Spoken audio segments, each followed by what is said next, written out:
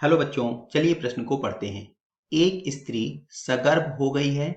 3 जनन स्तरों के निर्माण तक होने वाले परिवर्तनों का क्रमबद्ध वर्णन कीजिए। इस प्रश्न की मुख्य अवधारणा सगर्भ स्त्री एवं 3 जनन स्तरों तक होने वाले क्रमबद्ध परिवर्तनों से संबंधित है।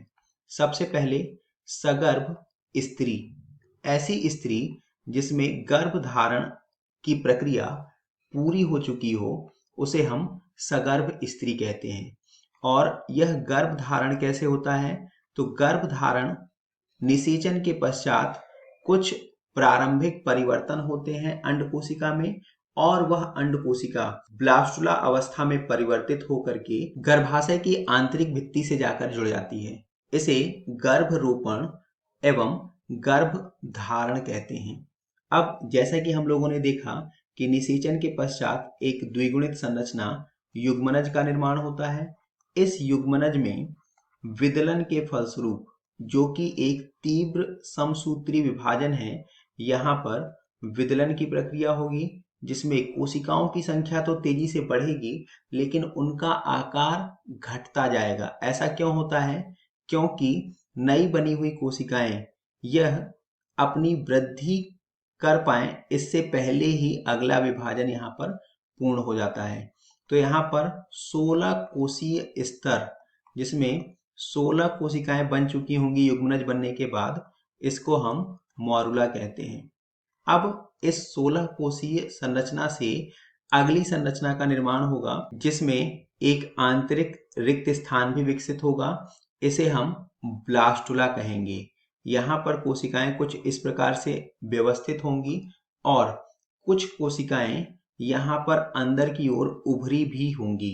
तो इस रिक्त स्थान को हम गुहा कहेंगे और इस बाहरी परत को हम बोलेंगे ट्रोफोब्लास्ट। तथा जो अंदर उभरी हुई कोशिकाएं हैं, इन कोशिकाओं के लिए हम आंतरिक कोशाभार, जो उभरी हुई कोशिकाएं हैं इन्हें हम आंतरिक कोशाभार या कोशिका भार कहेंगे।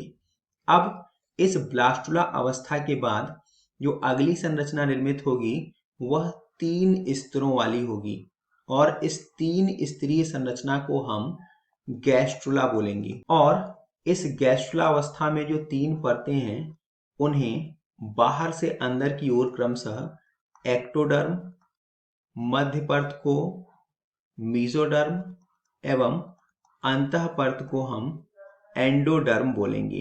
इन 3 परतों से आगे हमारे शरीर में पाए जाने वाली 4 प्रकार के ऊतक तंत्रों का निर्माण होता है। जैसे एक्टोडर्म से तंत्रिका तंत्र या तंत्रिका ऊतक तंत्र का निर्माण होगा, मीसोडर्म से संयोजी एवं पेशी ऊतक तंत्र का निर्माण होगा, और ऐसे ही एंडोडर्म से उपकला ऊतक का निर्माण होगा। उपकला ऊतक का निर्माण एक्टोडर्म एवं मीजोडर्म से भी होता है। तो इस प्रकार से ये 4 प्रकार के ऊतक तंत्र आगे शरीर के समस्त अंग एवं शरीर निर्माण में सहायता करते हैं। आशा करते हैं आपको समझ आया होगा। धन्यवाद।